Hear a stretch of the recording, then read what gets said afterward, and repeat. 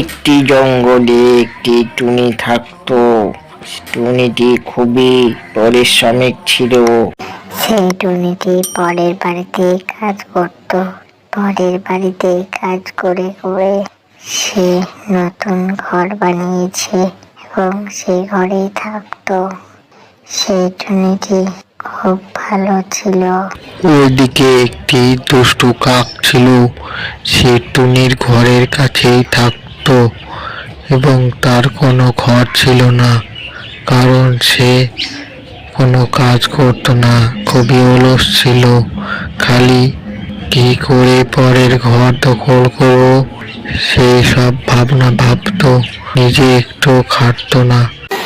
একদিন খুব জোরে বৃষ্টি এলো এবং সেই কাকটি কি করবে তার তো কোনো ঘর নেই এবং সে বুঝলো যে সত্যি সবাই কষ্ট করে কাজ করে ঘর করেছে আর আমি কাজ করিনি, ফাঁকি দিয়েছি, তার জন্যই আমার আজ এই অবস্থা। সে মনে দুঃখ নিয়ে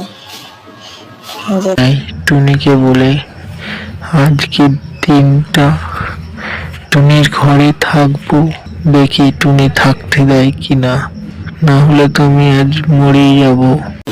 আর ওইদিকে টুনি তো অসুস্থ। সেই কাকটি তো জানতো না যে টুনি অসুস্থ। টুনির বৃষ্টিতে ভিজে টুনির জ্বর এসেছে।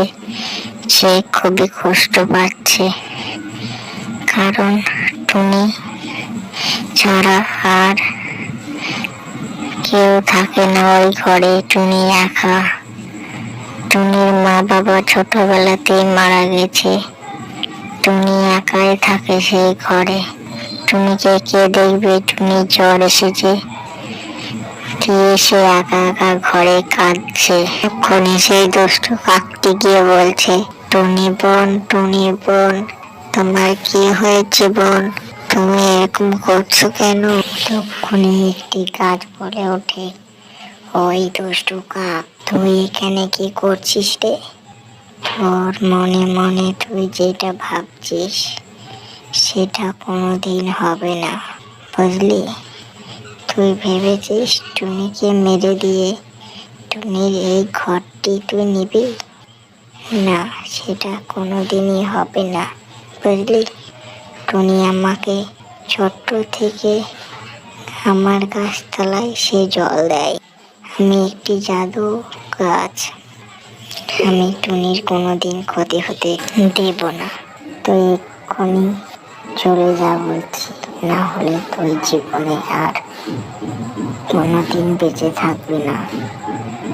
তোকে আমি একটি আপেল বানিয়ে দেব।